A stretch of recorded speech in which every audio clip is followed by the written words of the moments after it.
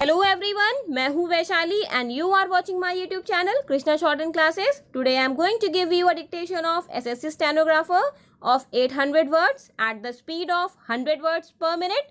So let's start the dictation. Get ready. 3, 2, 1 and start. The threats as spelled out in the report of the ministry are mainly from the north and west, and as far as they go, they are right. As far as the threat from the west is concerned, it is more positive. I do not foresee anything to come out of that cold state in the north. But if you look at the west, the defense budget of Pakistan has increased by 25% in the last year. From 1981, they have increased their budget 50%. They have raised 3 infantry divisions and 1 armored division. Not only that, they say that Pakistan will settle outstanding differences with India from a position of strength. We, on the other hand, have the same commitments as we had before 1971. That should be an indication to those who understand this matter that our commitments remain the same. Our ratio of forces on the western sector necessarily has not improved as one would like them to do. Together with this, the leadership of Pakistan is known for diverting the attention of their people from the various troubles that they have inside their country and creating tensions along the western border which concerns us. We have had the sad experience of having 3 major wars in the last 40 years. The increase in the Air Force of Pakistan has also to be noted. It is no good just not giving any importance to the idea that they do not have an industrial base and therefore it does not constitute any threat to us. I beg to remind the House that initially and basically they and we are from the same race, from the same stock, possessing the same skill and the same resourcefulness. So, one should not underestimate the capacity that they have for doing all this.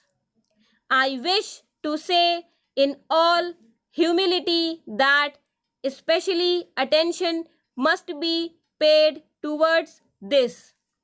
They are now getting in the pipeline perhaps some more missiles and more anti-tank weapons and aircrafts which give them a qualitative edge over us.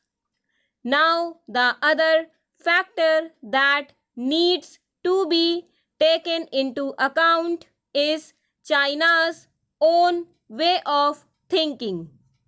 Compelled by its own national security angles, it has left its old narrow position and has now gone into a lot of technical and technological cooperation with the Western countries. So there should be no doubt that when production starts flowing out of China in this new generation of armaments, it will certainly flow into the pipeline to Pakistan. All these factors should be taken into account by the Ministry of Defense. Sir, concern has been voiced in the report on the threat from the sea, that is the Indian Ocean.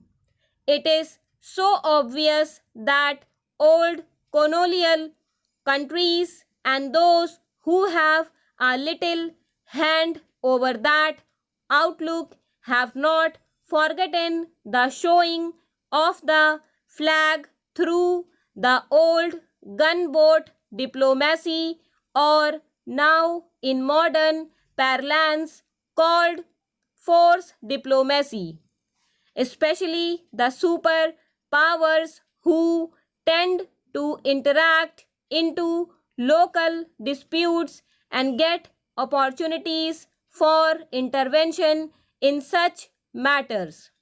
No presence of any external powers is what we stand for, and this is what our aim should be. But together with this, we should not neglect the literal states of the Indian Ocean. Four of these literal states have got a very modern, well-developed submarine arm. 7 of them have got the latest guided missiles, and one of them has made a very big base right next to the neighbor in the west into the Indian Ocean, which looks meaningfully.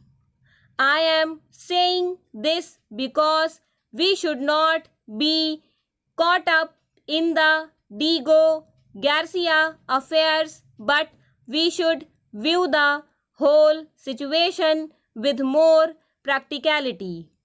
The only way to solve this problem in time to come is to build up our own naval power.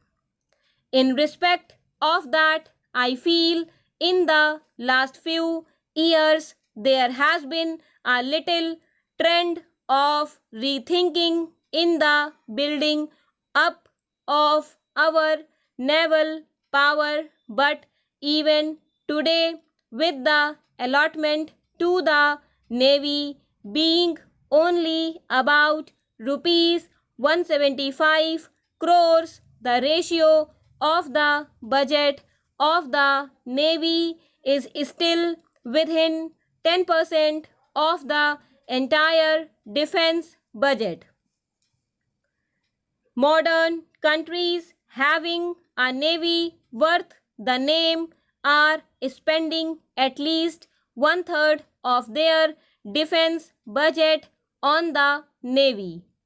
Whatever constraints hold us from doing so is best for the minister to look into. But my plea would be that the Navy deserves much greater attention than it has so far received. I must compliment the Navy for its fine turnout, as I had the privilege of viewing the Naval Review recently held in Bombay, and it certainly was a stirring sight to see the Navy and all its ships displaying very good morale.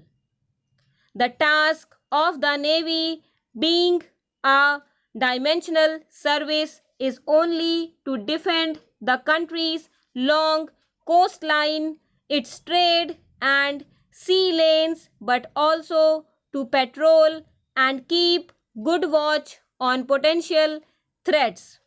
This is essential for our security. Full stop. Thank you.